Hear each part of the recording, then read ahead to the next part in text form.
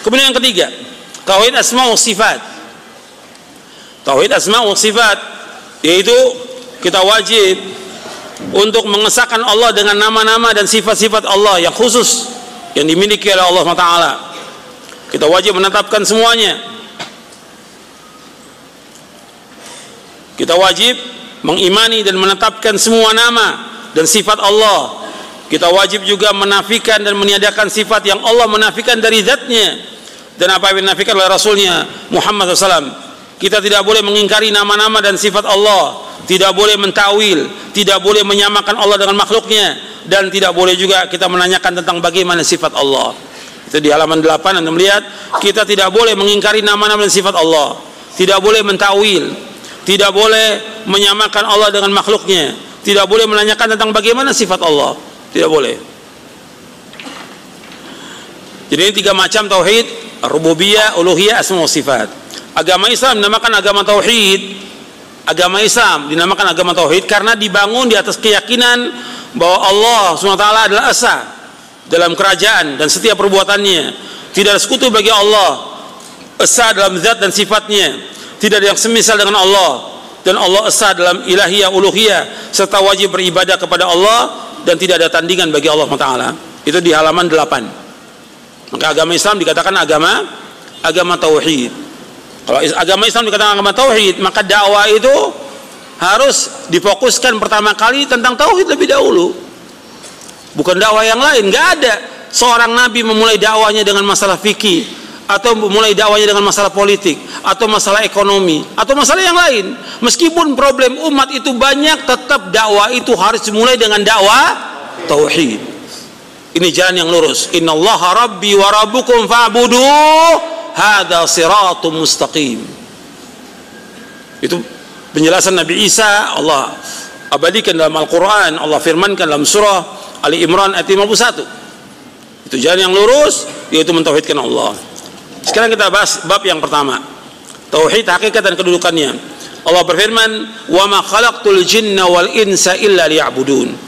Tidak aku ciptakan jin dan manusia melainkan untuk beribadah kepadaku. Kalau kita lihat lanjutannya, antum perhatikan di sini.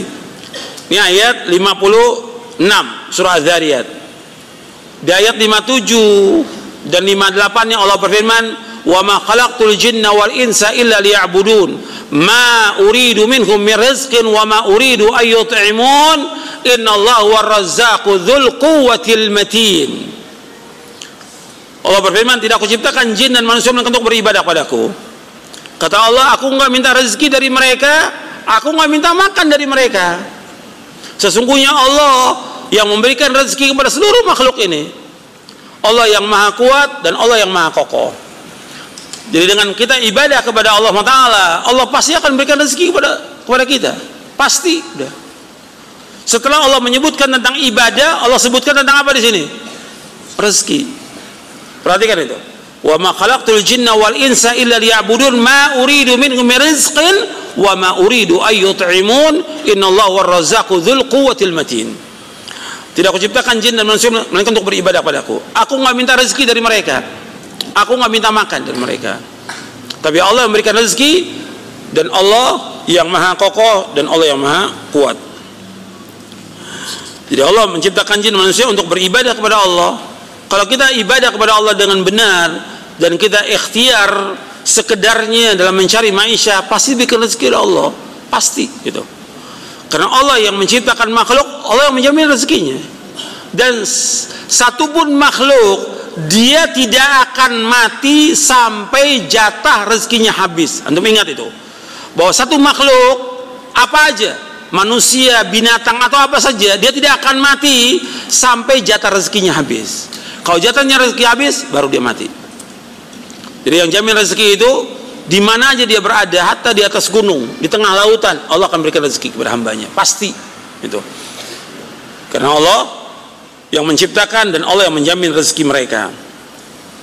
Jadi Allah mengabarkan bahwa Allah menciptakan jin manusia untuk beribadah kepada Allah. Jadi di sini yang perhatikan di sini, bahwa perhatian seorang muslim dia harus taruh perhatian untuk ibadah kepada Allah, bukan kepada yang lainnya. Karena seorang muslim diciptakan oleh Allah untuk satu tujuan, dan dia wajib berusaha keras untuk mewujudkan tujuan tersebut, yaitu beribadah hanya kepada Allah Subhanahu wa taala. Berbeda dengan orang-orang kafir. Kalau orang kafir, mereka hidup ini untuk bersenang-senang. Dunia bagi orang kafir ini apa? Sorga, kata Nabi. Ad-dunya sijnul mu'min wa jannatul kafir. Dunia ini penjara bagi orang mukmin dan sorga bagi orang kafir. Orang kafir hidupnya untuk bermain-main, untuk bersenang-senang. Kita untuk ibadah kepada Allah. Jangan kita pengen seperti mereka. Kalau orang Islam kepengen seperti orang kafir, ya sama seperti orang kafir. Orang kafir Allah umpamakan dalam Al-Quran seperti apa? Binatang. Antum lihat ayatnya di sini. Allah sebutkan walladzina kafaru yatamatta'una wa yakuluna kama ta'kulul an'am wan naru mathwal lahum.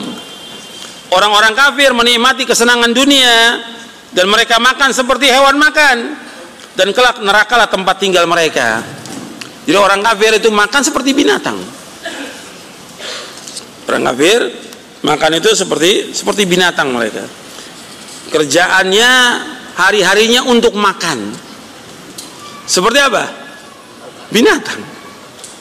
Kalau orang Islam tiap hari, dari pagi makan, siang makan, lagi ngaji makan. Sama nanti seperti orang kafir, kerjaannya makan. Jadi nggak boleh seperti itu. Kita untuk ibadah kepada Allah. Hidup kita untuk ibadah kepada Allah. Wa ma khalaqtul jinna wal insa illa liya'budun. Orang kafir mereka hidupnya untuk laibun walahun. Karena dunia Allah sebutkan dunia ini laibun walahun, permainan dan senda gurau. Kita untuk ibadah harus serius dalam ibadah kepada Allah SWT. Karena kita punya tujuan, dengan ibadah ini kita dimasukkan oleh Allah ke dalam sorga. Dengan ibadah ini kita akan mendapatkan kebahagiaan. Makanya nggak ada kebahagiaan bagi hati manusia kecuali kalau dia menjadikan Allah sebagai satu-satunya ilah yang dia sembah, yang dia mengharap kepada Allah, dia meminta kepada Allah, dia takut kepada Allah, dia tawakal kepada Allah, dia mengikhlaskan ibadah kepada Allah, baru hatinya akan bahagia. Tapi selain itu nggak akan bahagia dia. Itu disebutkan oleh Syekhul Islam Ibnu Taimiyah dalam Majmu' Fatawanya, disebutkan juga oleh Ibnu Qayyim di dalam kitabnya Ighathatul Lahfan min Masaidi Syaitan, bahwa nggak ada kebahagiaan bagi hati manusia kecuali dia beribadah hanya kepada Allah SWT. Makanya orang-orang kafir tidak bahagia hidupnya.